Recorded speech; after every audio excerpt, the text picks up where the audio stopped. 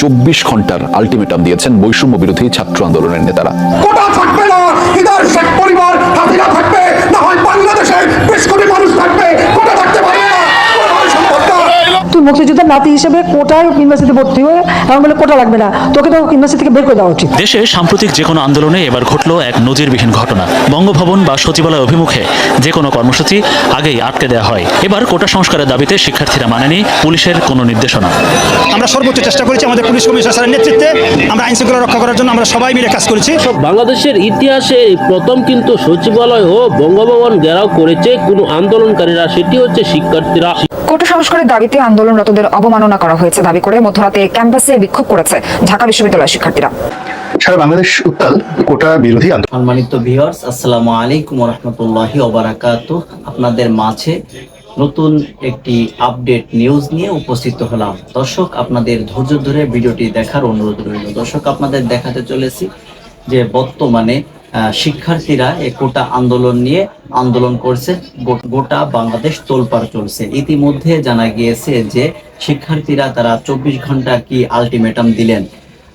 দর্শক, আমরা বেশি কথা বলবো না, মূল ভিডিও চলে যাব যে বর্তমানে রাজনৈতিক কি অবস্থা, বর্তমানে বাংলাদেশের কি পরিস্থিতি। দর্শক, বর্তমানে শিক্ষার্থীরা তারা এই কোটা আন্দোলন নিয়ে আন্দোলন করছেন। এই আন্দোলন সরকার কিভাবে মেনে নিচ্ছেন, সরকার কিভাবে নিচ্ছেন, সবকিছু এই ভিডিওর মাধ্যমে আপনারা দেখতে পারবেন। দর্শক, তাহলে আমরা মূল ভিডিও চলে যাব। তার আগে আপনাদের অনুরোধ করতে চাই, আপনারা যারা রাজনৈতিক নিউজ দেখতে বেশি পছন্দ করেন তারা অবশ্যই আমাদের চ্যানেলটি সাবস্ক্রাইব করবেন, লাইক করবেন, কমেন্টস করবেন এবং বেশি বেশি করে ভিডিওটি শেয়ার করবেন। তাহলে চলেন আমরা মূল ভিডিওটি দেখে আসি।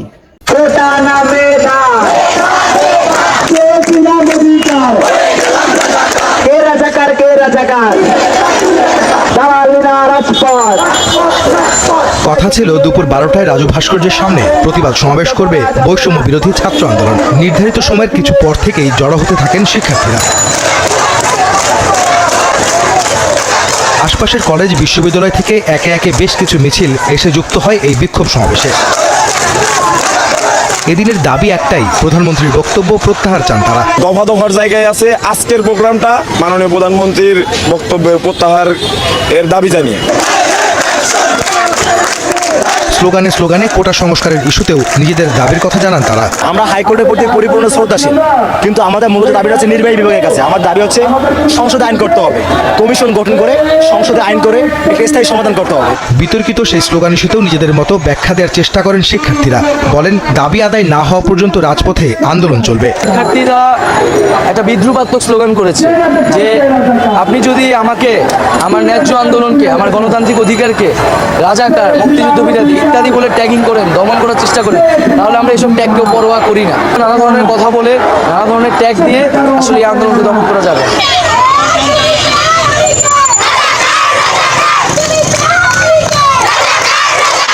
রোববার প্রধানমন্ত্রী শেখ হাসিনার চীন সফর পরবর্তী সংবাদ সম্মেলনে বলা, মুক্তিযোদ্ধার নাতিদের জন্য কোটা না রেখে রাজাকারের নাতিদের জন্য কোটা রাখা হবে কিনা বক্তব্যকে কেন্দ্র করে মধ্যরাতে বিক্ষোভ মিছিল করেন শিক্ষার্থীরা। সেখানে তারা নিজেদের রাজাকার বলে স্লোগান দেন।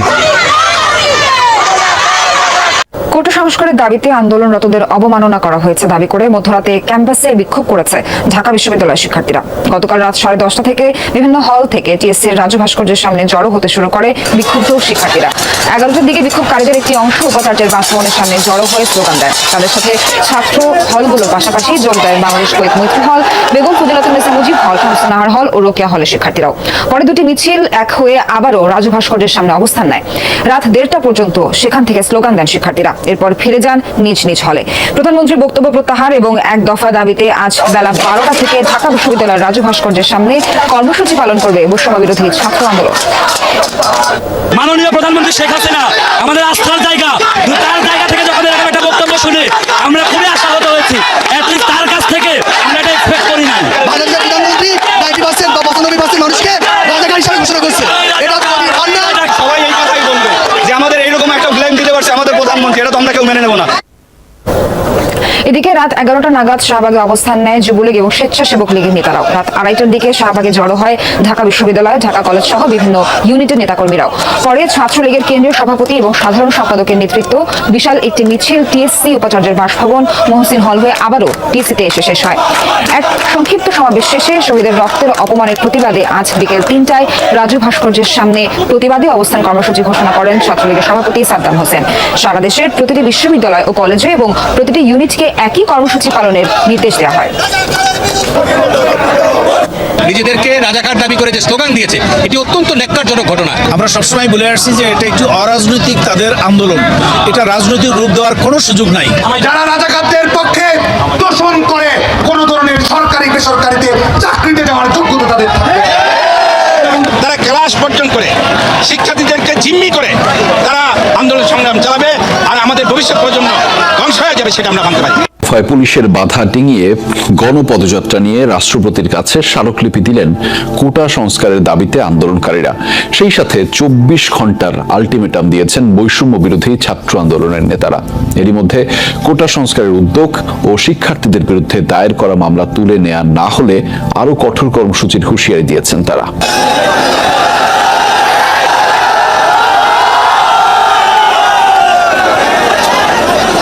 দেশে সাম্প্রতিক যে কোনো আন্দোলনে এবার ঘটল এক নজিরবিহীন ঘটনা। বঙ্গভবন বা সচিবালয় অভিমুখে যে কোনো কর্মসূচি আগেই আটকে দেওয়া হয়। এবার কোটা সংস্কারের দাবিতে শিক্ষার্থীরা মানেনি পুলিশের কোনো নির্দেশনা।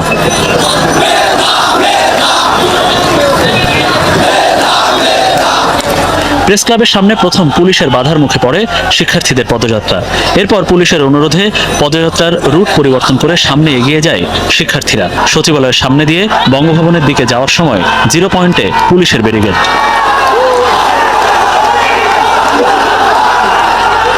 সচিবালয়ের সামনেই বসে পড়ে আন্দোলনরত শিক্ষার্থীরা। কোটা সংস্কারের দাবিতে দিতে থাকে স্লোগান।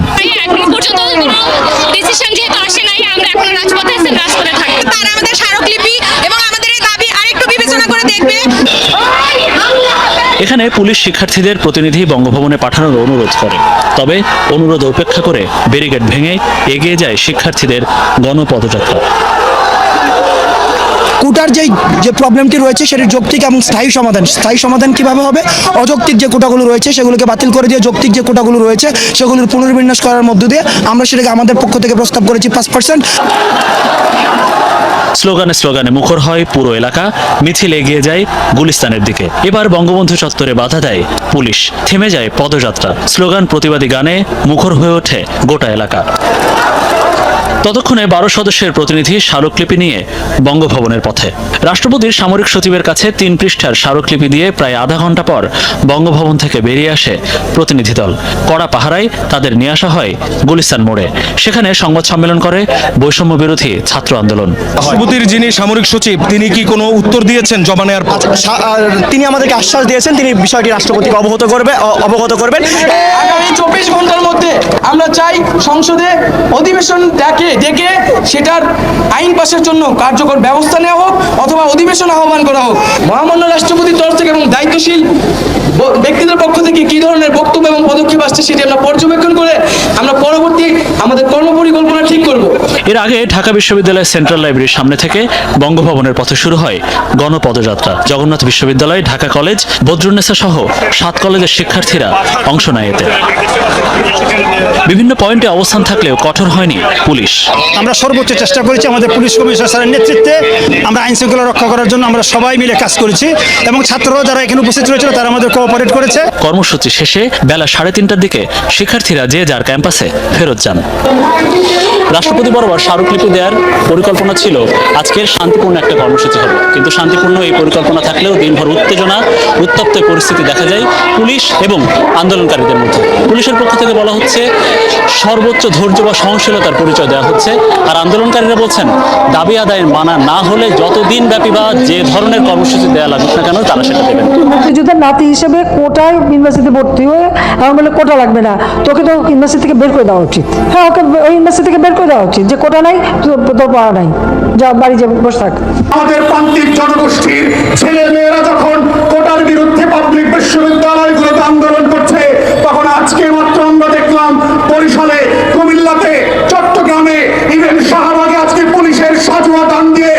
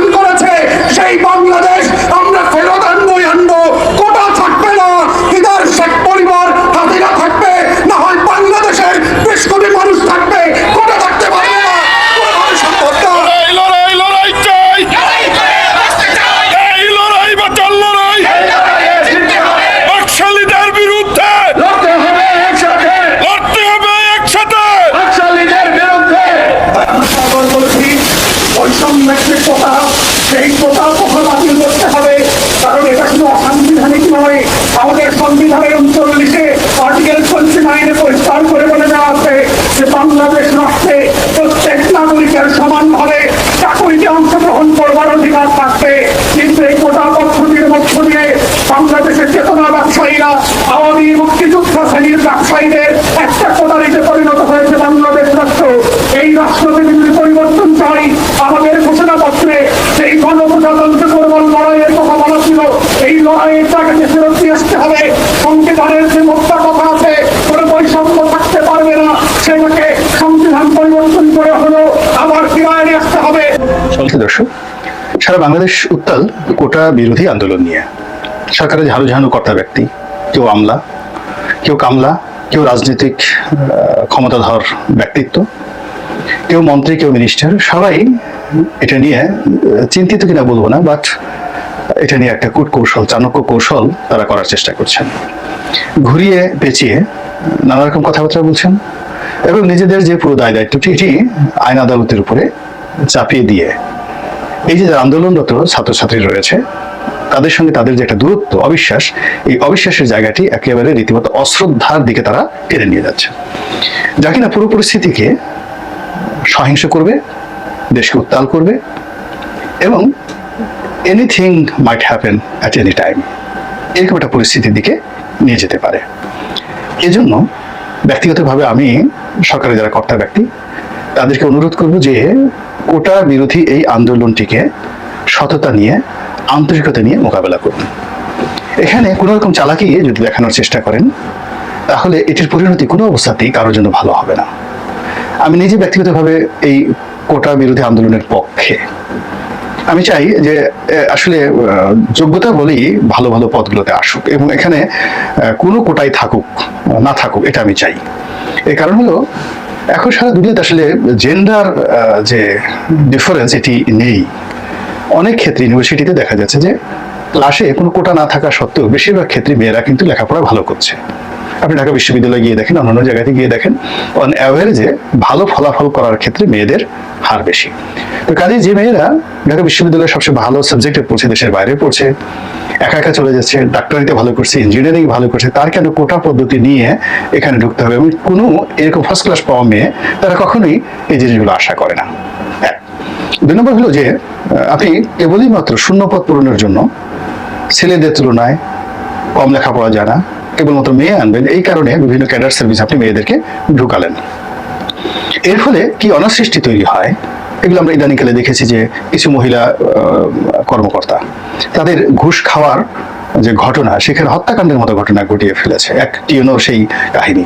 কিছু মহিলা কর্মকর্তা তাদেরকে স্যার বলতে হবে, কিছু মহিলা কর্মকর্তা যারা ম্যাজিস্ট্রেট দেখাতে গিয়ে এই জিনিসগুলো করেছেন, কিন্তু সত্যিকার একটা ভালো পরিবার থেকে এসেছেন, ভালোভাবে লেখাপড়া করেছেন, সুস্থ একটা পরিবেশে প্রতিযোগিতার মাধ্যমে এসেছেন, এরকম মহিলা কর্মকর্তা দ্বারা এখনো পর্যন্ত কোনো ক্ষেত্রে স্কুল, কলেজ, মাদ্রাসা থেকে শুরু করে ব্যবসা বাণিজ্য যেখানে রয়েছেন তারা কেবলই মাত্র মহিষী নারী, মহিষী যাকে বলে কর্মী হিসেবে নিজেদেরকে প্রতিষ্ঠিত করেছেন। এবং এই কারণে এবারে যে কোটা আন্দোলনে দেখা যাচ্ছে যে বিপুল সংখ্যক মেয়ে রাস্তায় নেমেছেন, যেটা অন্য সময় ছাত্রীদের এই অংশগ্রহণ আমরা দেখিনি।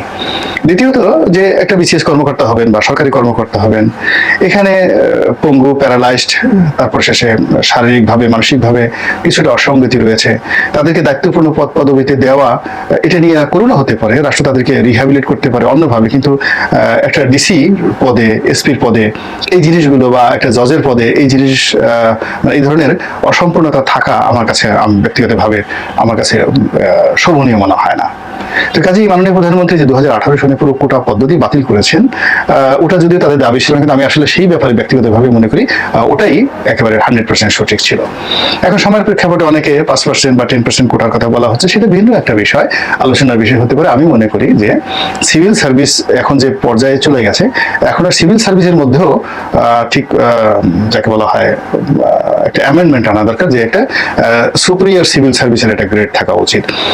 এই সিভিল সার্ভিসের মধ্যে একটা সুপিরিয়র গ্রেড থাকা উচিত, যেটি কারণে দেখা যেত যে এখন উপজেলাগুলোতে আমি মিটিংয়ে বসেছি, জেলাতে এমপি হিসেবে মিটিং এ বসেছে, এবং এখানে কর্মকর্তাদের মধ্যে একটা মনস্তাত্ত্বিক দ্বন্দ্ব থাকে।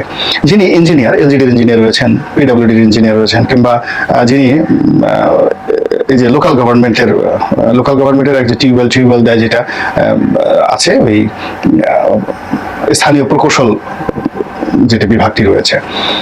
তো সেই বিভাগে যিনি চাকরি করেন, উপজেলাতে একজন মাত্র কর্মকর্তা, একজন পিয়ন থাকেন, তিনি, তারপর ধরুন উপজেলা মৎস্য কর্মকর্তা, তারপর উপজেলা পশুপালন কর্মকর্তা, এরা সবাই বিশেষ কর্মকর্তা। তার সঙ্গে সঙ্গে পুলিশের যিনি থাকেন। তো এদের সকলের মধ্যে একটা মনস্তাত্ত্বিক বিষয় থাকে এবং এরা টিওনোকে, মানে উপজেলা নির্বাহী কর্মকর্তাকে মেনে নিতে চান না, মুখ ফিরিয়ে থাকেন, অন্যদিকে থাকেন। এবং টিওনো সাহেব খুব বেশি ড্যাশিং না হলে এখানে আসলে সমন্বয় বৈঠকটি হয় না ঠিক মতো। আর যদি এমপি সাহেব দুর্বল হন, উপজেলা চেয়ারম্যান দুর্বল হন, তাহলে কোনো কথাই নাই। পুরো স্থানীয় যে প্রশাসন, সেখানে একটা হ্যাফাজত অবস্থা হয়। তো কাজেই সত্যিকার অর্থে একজন সমন্বয়ক, যেমন আগে ডিসি সাহেব ছিলেন, সেই ডিসি সাহেবের কথা সবাই মানতে বাধ্য ছিলেন। তিনি ডিস্ট্রিক্ট ম্যাজিস্ট্রেট হিসেবে জেলার সমস্ত বিষয়াদি তদারকি করতেন। তো ওইরকম একটা ব্যবস্থায় এখন ফিরে আসাটা আমাদের জন্য খুব জরুরি হয়ে পড়েছে।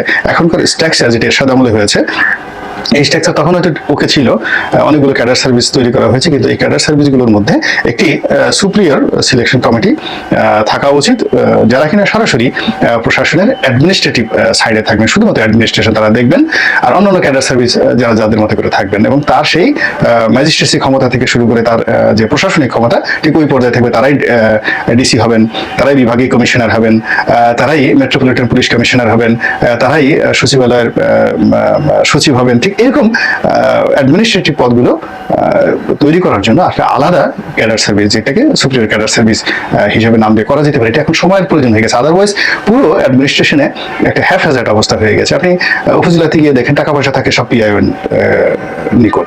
তারপরে জেলাতে থাকে যেটা ডিপিওর কাছে।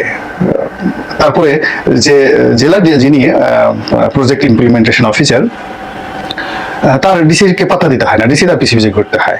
আবার ডিসির সমপর্যায়ের আরেকজন কর্মকর্তা আছেন, যেটা জেলা পরিষদের প্রধান নির্বাহী কর্মকর্তা হিসেবে থাকেন।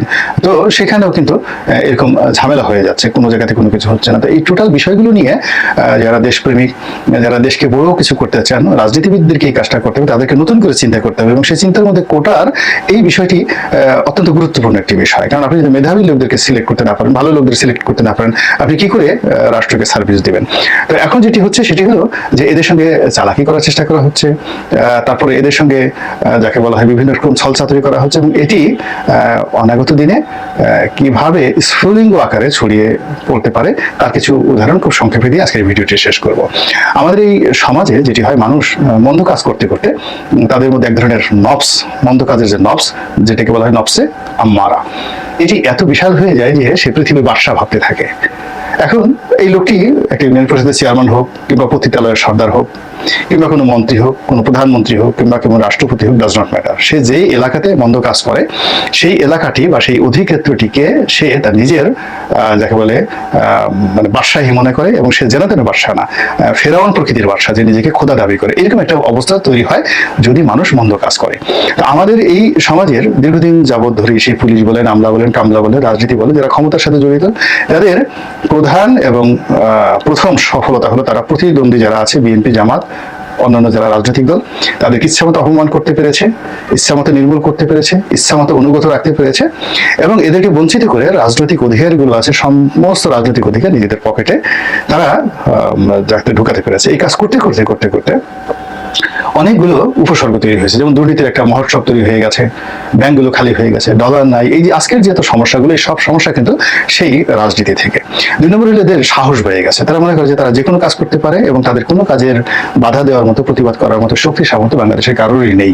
তো এই অভ্যাসটা তাদের মধ্যে হয়ে গেছে, এবং অতীতে তারা যেহেতু এই কাজ করে যথেষ্ট সফল হয়েছে, এই কয়দিন আগেও দেখা গেল বিএনপির সেই সমাবেশের উপরে তারা যেভাবে নির্যাতনের স্টিম রোলার তারা চালিয়ে দিয়ে আবার দিব্যি একটা দামি ভোট করে তারা ক্ষমতায় চলে আসছে। তো সেই ক্ষেত্রে এই যে যারা এখন রাজপথে আন্দোলন করছে, তাদের না আছে কোনো সংগঠন, না আছে কোনো রাজনৈতিক অভিলাষ, না আছে কোনো অর্থনৈতিক সমৃদ্ধি, কিংবা দীর্ঘ সময় লড়াই করার মতো তাদের কোনো সাংগঠনিক ভিত্তি বা চেইন অফ কমান্ড নাই। সুতরাং তাদেরকে কেন এই যে যারা হাত পাকানো, মন্দ কাজে যারা হাত পেকে গেছে বিভিন্ন সময়, তারা কেন তাদেরকে ভয় পাবে? আর ভয় না পাওয়ার কারণেই এদেরকে নিয়ে তাচ্ছিল্য হচ্ছে, এদেরকে অন্য সবার মতো হুমকি দেওয়ার চেষ্টা করা হচ্ছে, এবং এদের আন্দোলনকে কোনো অবস্থাতেই গুরুত্ব দেওয়া হচ্ছে না। এই হলো মনস্তাত্ত্বিক অবস্থা। এর ফলে একটা অসম জিনিস ঘটতে যাচ্ছে। অর্থাৎ একদিকে রাষ্ট্রের সর্বশক্তি নিয়ে পুলিশ বলেন, বিডিআর বলেন, মানে বিজিবি বলেন, তারপরে ছাত্রলীগ বলেন, আওয়ামী লীগ বলেন, তাদের সবারই অর্থবিত্ত ক্ষমতা সব আছে। আর অন্যদিকে যারা এই মাঠে আন্দোলন করেছে তারা একেবারে খালি হাতে, এবং এখন পর্যন্ত একজন আন্দোলনকারী একটা গাছের ডালও হাতে নেয়নি, একটা পাতাও নেয়নি, একটা ইটও হাতে নেয়নি, একেবারে দুই হাত দিয়ে তারা দাঁড়িয়েছে। তো এখন এরকম যারা তাদের অপরাধ তারা চাচ্ছে, তাদের অভাবের কথা তারা বলছে, তাদের বঞ্চনার কথা তারা বলছে, তাদের শোষণের কথা তারা বলছে, তাদের স্বপ্নের কথা তারা বলতে আসছে। এই কথাগুলো বলার অপরাধে তাদের সঙ্গে যদি কেউ চালাকি করে, তাহলে এটার পরিণতি অতীতে যেভাবে 52 সনে হয়েছে, অতীতে যেভাবে 58 সনে হয়েছে, 62 সনে হয়েছে, অতীতে যেভাবে 69 হয়েছে, ঠিক সেইভাবে কিন্তু আন্দোলনের যে সুলিঙ্গ এটি ছড়িয়ে পড়বে সারা দেশে। এমনি মানুষ বিক্ষুব্ধ অবস্থায় রয়েছে, প্রত্যেকটা মানুষ যার যার অবস্থানে থেকে সে এতটা মানে যাকে বলা হয় বিক্ষুব্ধ যে তার অপছন্দের মানুষটিকে পেলে তাকে কি সে চিৎ করে ফেলে গলার ফুলটা পাড়া দিবে, নাকি রাস্তার উপর থেকে একটা ইট তুলে তাকে আচ্ছা মতো থেতলে দেবে, নাকি তাকে খামচি দেবে, নাকি তাকে আচ্ছা মতো তার হাতে বা তার গালে কামড় দিয়ে তার গালের মাংস খুলে নেবে। তো এই জিনিসটি যারা বিক্ষুব্ধ মানুষ তারা এখনো সিদ্ধান্ত নিতে পারছে না। অর্থাৎ কিছু কিছু মানুষের উপর, কিছু কিছু মানুষ না, বেশিরভাগ মানুষ কিছু কিছু মানুষের উপরে এতটা বিক্ষুব্ধ হয়ে পড়ে আছে যে তারা যদি তাদের প্রতিহিংসা, অভিলাষ, চরিতার্থ করার সুযোগ পায়, তাহলে তারা ওইতে বললাম যে তারা কি ওই লোকটাকে সুযোগ পেলে যে তোমাকে সুযোগ দেওয়া হলো, তুমি এখন যাইছে তাই একে করো, তখন সেই যে যার প্রতি সে রাগ তাকে কি সে কামড় দেবে, না দমড়াবে, মুসরাবে, না হাড্ডি ভেঙে দেবে, এই সিদ্ধান্ত সে এখনো নিতে পারছে না, এবং ওই সময় সে নিতে পারবে না। তো ওই জায়গাতে অর্থাৎ চারিদিকে যদি বারুদ ছড়ানো থাকে এবং সেই বারুদের মধ্যে যদি ছোট্ট একটু আগুন লাগে, একটু উত্তাপ শুরু হয়, এমনকি সূর্যের যে কিরণ এটাও যদি একটু বেশি মাত্রায় পড়ে, পুরো দেশ মানে রীতিমতো লঙ্কা কাণ্ড ঘটে যাবে। বানরের লেজ থেকে পুরো লঙ্কা নগরী পুড়ে গেছে। আপনি বুঝেন যে লঙ্কা নগরী কেন পুড়লো? সেখানে বারুদ ছিল, রাবণের যে শাসনে সবাই বিক্ষুব্ধ ছিল, জনগণ তার পক্ষে ছিল না বলে সে অনেক উন্নয়ন করেছিল।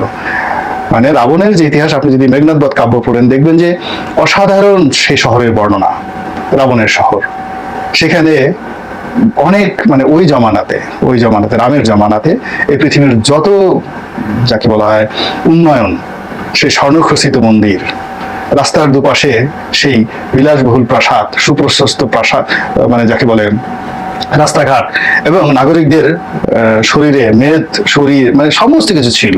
আজকের ঢাকা, আজকের টোকিও, আজকের সাংহাই বলতে যা বুঝায় তার চেয়েও উন্নত ছিল সেই রাবণের শহর। কিন্তু সেই শহরে যখন একটা হনুমান আগুন লাগিয়ে দিল, পুরো শহর তছনছ হয়ে গেল। How it is possible? প্রতীকী অর্থে ওখানে বারুদ ছড়ানো ছিল। এখন সারা বাংলাদেশে অভাবের বারুদ আছে, ক্ষোভের বারুদ আছে, ঘৃণার বারুদ আছে, চাহিদার বারুদ আছে, অনিয়মের বারুদ আছে, দুর্নীতির বারুদ আছে, হাজার হাজার বারুদ সারা বাংলাদেশে ছড়িয়ে ছিটিয়ে আছে। আর সেই বারুদের মধ্যে এই অসহায় যে আন্দোলনকারী, যারা শান্তিপূর্ণভাবে আন্দোলন করতে চাচ্ছে, নেচে গিয়ে নিজেদের অভাবের কথা বলছে, আপনি তাদেরকে মারবেন, তাদেরকে পিটাবেন, তাদের বিরুদ্ধে মামলা দিবেন এবং তাদের বিরুদ্ধে ব্যবস্থা নেবেন, তাদের বিরুদ্ধে চাণক্য নীতি প্রয়োগ করবেন, তাদের বিরুদ্ধে যুদ্ধদেহী মনোভাব পোষণ করে সর্বশক্তি নিয়োগ করবেন। এটির ফলাফল কি খুব সহজ হবে? কোনো অবস্থাতেই সহজ হবে না। এখানে নেচার উইল অ্যাক্ট, প্রকৃতি এখানে কাজ করবে। এক। দুই নম্বর হলো যে আমাদের বাংলাদেশে যখন বিশ্ববিদ্যালয়, ঢাকা বিশ্ববিদ্যালয়ের ছেলেমেয়েরা, সারা বাংলাদেশের ছেলেমেয়েরা কোনো আন্দোলনে বের হয়েছে, এমনকি স্কুল কলেজের ছেলেমেয়েরা বের হয়েছে, তারা কখনো খালি হাতে ফিরেনি, নট এ সিঙ্গেল ওয়ান। কখনো এই আওয়ামী লীগ দমন করতে পারেনি, ইতিপূর্বে পাকিস্তান পারেনি, জিয়াউর রহমান সাহেব পারেনি, কেউ পারেনি।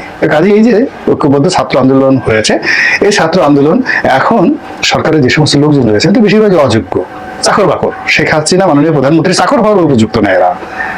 প্রধানমন্ত্রী দয়া করে এদেরকে ধরে এনে বিভিন্ন জায়গাতে বসিয়ে আছে। এরা বেশিরভাগই ঢাকা বিশ্ববিদ্যালয়ে পড়াশোনা করেনি, ছাত্রত্ব এদের ছিল না, এবং কেউ যদি পড়াশোনা করে থাকে বইয়ের সাথে তাদের কোনো সংযোগ ছিল না, ভর্তি পর্যন্ত হয়েছে।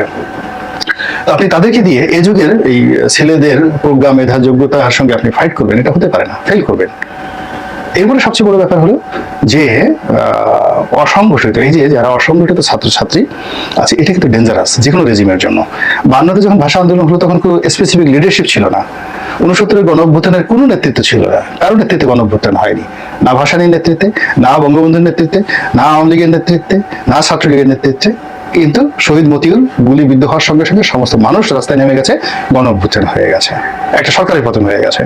এখন এই বাংলাদেশে ছাত্ররা অসংগঠিত, সংগঠন বলতে যদি কারো থাকে এই মুহূর্তে। এত সময় ধরে আপনারা সম্পূর্ণ ভিডিওটি ধৈর্য সহকারে দেখেছেন যে বর্তমান বাংলাদেশের কি পরিস্থিতি এবং বর্তমানে শিক্ষার্থীরা তারা কোটা আন্দোলন নিয়ে আন্দোলন করছেন, এই আন্দোলন করে তারা কতটুকু এগিয়ে যেতে পেরেছেন এবং সরকার তাদের আন্দোলন কিভাবে মেনে নিচ্ছেন। দর্শক, তাহলে আজকের মতো ভিডিও এখানে শেষ করছি। সকলে ভালো থাকবেন, সুস্থ থাকবেন, আল্লাহ হাফেজ।